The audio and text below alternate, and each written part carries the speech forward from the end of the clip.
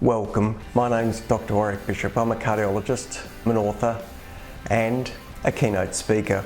I'm CEO of the Healthy Heart Network. I'm all about trying to help people live as well as possible for as long as possible.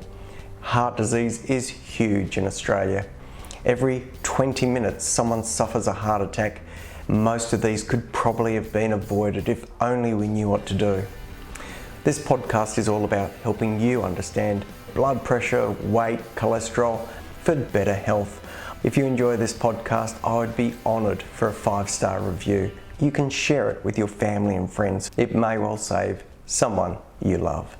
Hi, it's Warrick here, and thank you so much for joining me on my podcast and videocast station. As I've said before, I do appreciate it. Thanks for taking your time to let me share with you.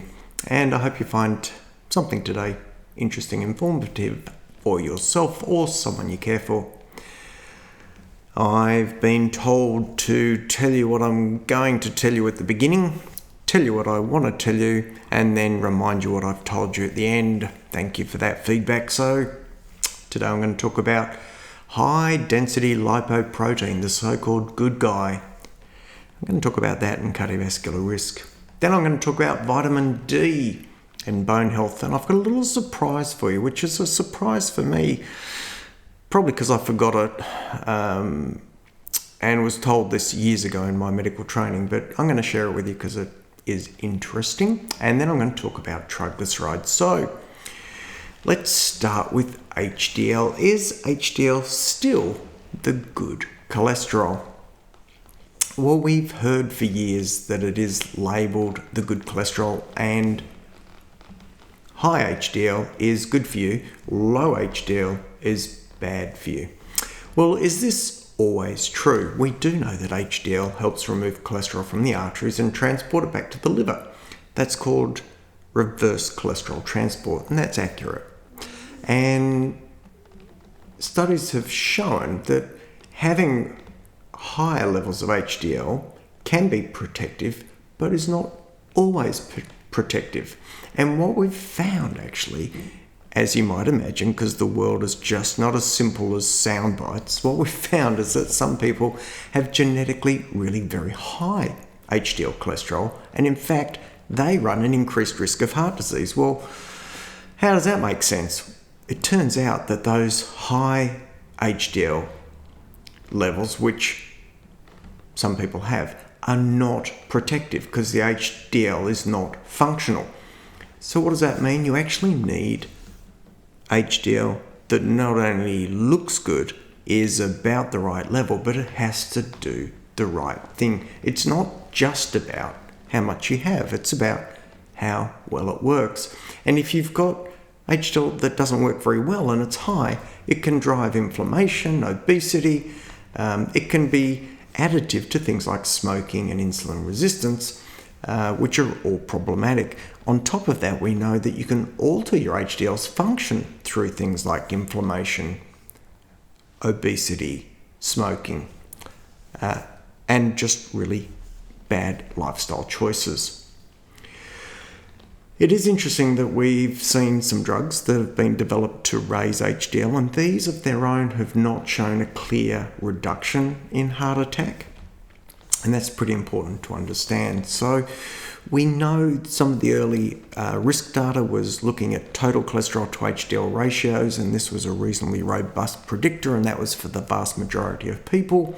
So yes, for the vast majority of people, good HDL levels are a good sign, but it doesn't always hold. It's nice to be reminded that things can be a little bit more complicated than that. We do touch on that on our most recent book, Cholesterol Explained. Karim Costner, my friend who I've written the book with, has put a few words in there exactly around this. So keep an eye out for that book if you're interested in understanding more about cholesterol. Cholesterol Explained will be out probably June, July of 2025. So do check it out. We think it's going to be a great way to educate people around some of the myths and some of the fiction surrounding cholesterol, statins, and cardiovascular disease. let's talk about vitamin D and does it really build bone? So people will take vitamin D regularly, thinking it strengthens their bones, and there's a lot of truth in that because we know if you don't have vitamin D, you get weak bones in children. That's called rickets. In adults, that's called osteomalacia. But here's the bit that I didn't know. Vitamin D doesn't actually work at the coalface of bone formation. It doesn't actually build the bone. What it does is it makes sure that the building blocks for bone formation are available when the osteoblasts, which are the cells that do all the work at the coalface of bone formation, need calcium. So vitamin D is there to help the gut absorb calcium properly, and doesn't necessarily have a role in bone mineralization directly, other than supporting it through making sure calcium levels are right. Interestingly, vitamin D probably is involved in maintaining blood calcium levels, which is really important. It has to keep in a really tight range.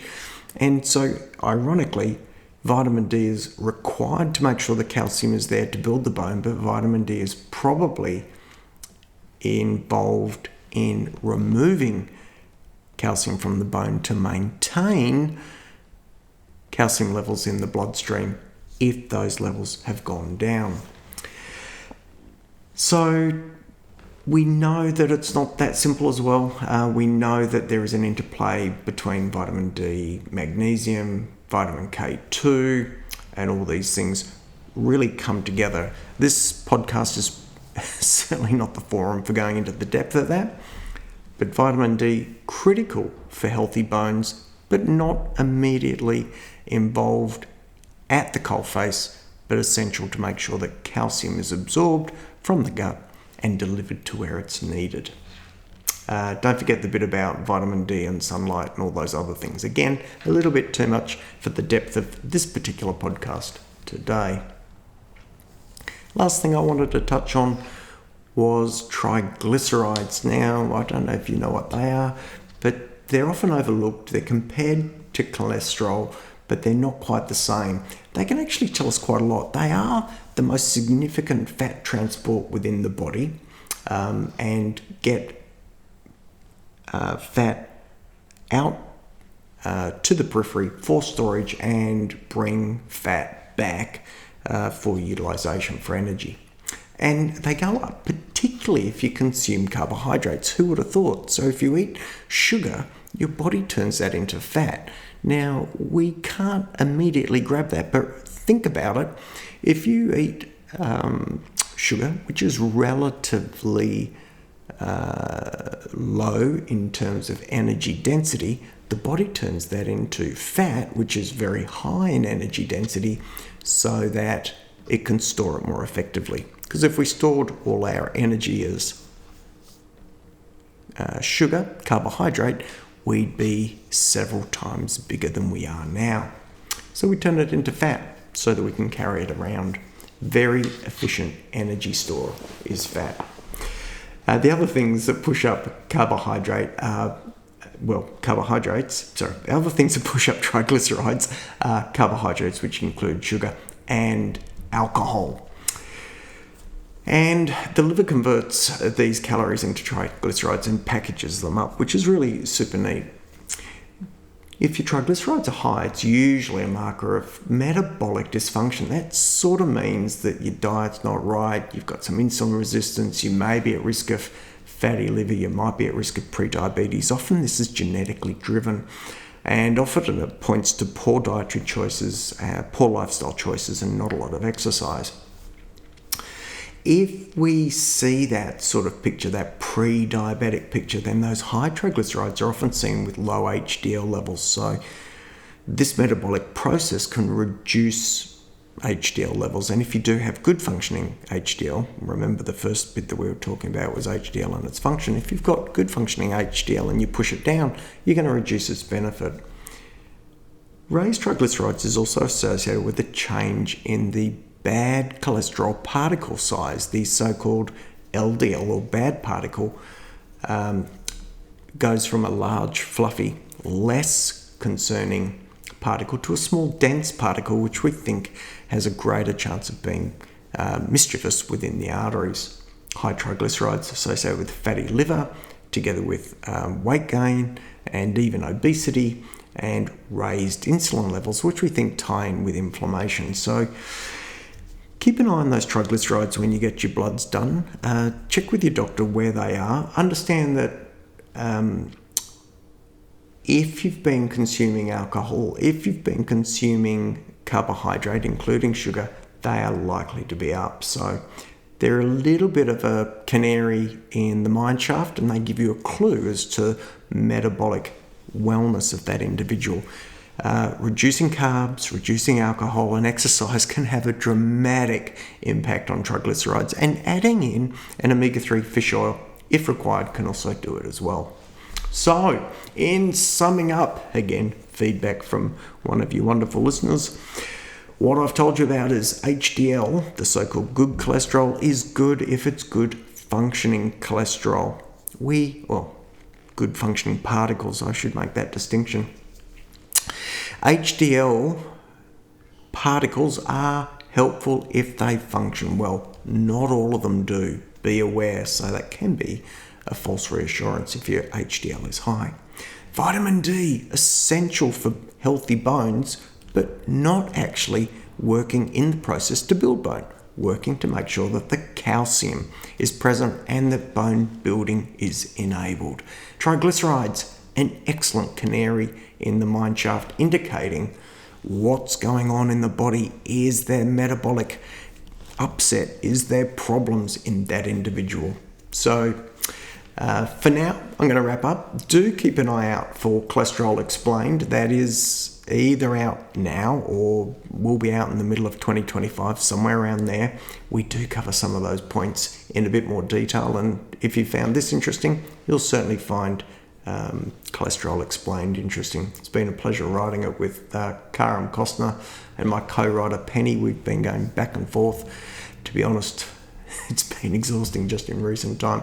And as I do this podcast, we are so close to a final draft. Anyway, I'm going to wrap it up there. I am going to wish you the best. I do hope you live as well as possible for as long as possible. Again, thank you so much for tuning in. And till next time, take care and bye for now. Join the Healthy Heart Network and become part of our growing community.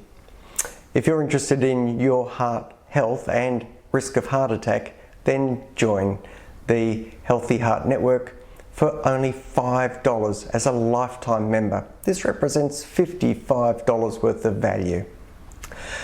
We offer and help people understand their present state of heart health, what their current level of risk is, and the positive steps they can take to improve their risk of heart attack in the future. Go to www.healthyheartnetwork.com.au and click the Join the Family button.